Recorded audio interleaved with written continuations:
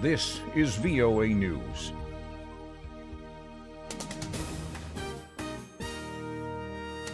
I'm Jonathan Jones reporting. The United States said Tuesday it is withholding tens of millions of dollars from the UN agency that supports Palestinian refugees and could cut more if reforms are not made. The State Department confirmed to reporters that the administration will withhold $65 million from its initial 2018 contribution to the UN Relief and Works Agency. The U.S. gives about $364 million annually to the agency, paid in 2 installments, making it the agency's top donor. U.S. Secretary of State Rex Tillerson met with representatives of other nations Tuesday in Vancouver, Canada, to talk about pressuring North Korea to abandon its nuclear weapons program. Foreign ministers from 20 nations met in Vancouver. They said that sanctions pressure must continue against North Korea until it abandons its nuclear program. Pope Francis expressed his, quote, pain and shame over Chile's sexual abuse scandal on Tuesday. No puedo dejar de manifestar el dolor. They were his first comments in Chile on a crisis that has scarred the Roman Catholic Church's credibility in the country. He asked for forgiveness and promised to make every effort to support the victims and ensure that such things did not happen again. President Trump's former chief strategist Steve Bannon spoke behind closed doors Tuesday with a committee of the U.S. House of Representatives that is investigating whether Russia interfered in the 2016 presidential election.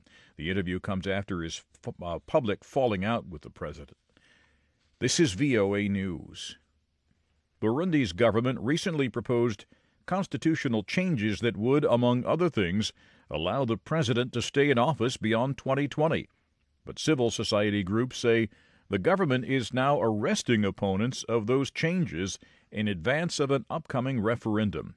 For VOA correspondent Mohammed Yusuf reports from Nairobi. Officially, Burundi's government has banned anyone from campaigning for or against the proposed changes to the constitution. But civil society groups accuse the government of targeting those suspected to urging voters to reject the changes. The government says the changes are aimed at strengthening and advancing the country's laws after more than 2 years of political violence. The violence was triggered in April 2015 when President Nkurunziza announced he will run for a controversial third term. Opponents said he was violating constitutional term limits and the peace deal that ended Burundi's civil war. Now, critics believe Nkurunziza is maneuvering to stay in power beyond the end of his current term in 2020. Burundians will vote on the proposed changes in May. Mohammed Yusuf for VOA News, Nairobi. Kenyan opposition leader Raila Odinga, whose National Super Alliance contests the results of October's rerun election, is defiantly vowing to inaugurate himself as the people's president at the end of January if there is no dialogue beforehand with President Uhuru Kenyatta. He made the promise in a television interview Tuesday with VOA's Swahili service. President Trump criticized Democrat lawmakers Tuesday, saying their demands to include protections for young, undocumented immigrants in a bill that would prevent a government shutdown this week would cost the military.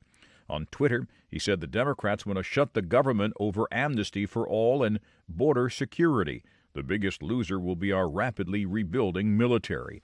Democratic leaders have said they will most likely oppose a measure that does not protect young immigrants known as dreamers, including the nearly 800,000 who entered the United States unauthorized and received protection from deportation through DACA, the Deferred Action for Childhood Arrivals program, since its creation 5 years ago. And the cold snap that's descended across northeast Russia is so severe that it has broken the public thermometer in the world's coldest village. A new electronic thermometer in Oymyakon showed it to be at minus 62 degrees Celsius, that is, but then it broke because it was too cold.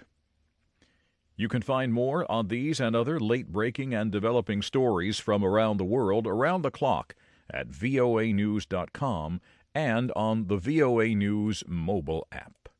I'm Jonathan Jones reporting from the world headquarters of the Voice of America in Washington. That's the latest world news from VOA.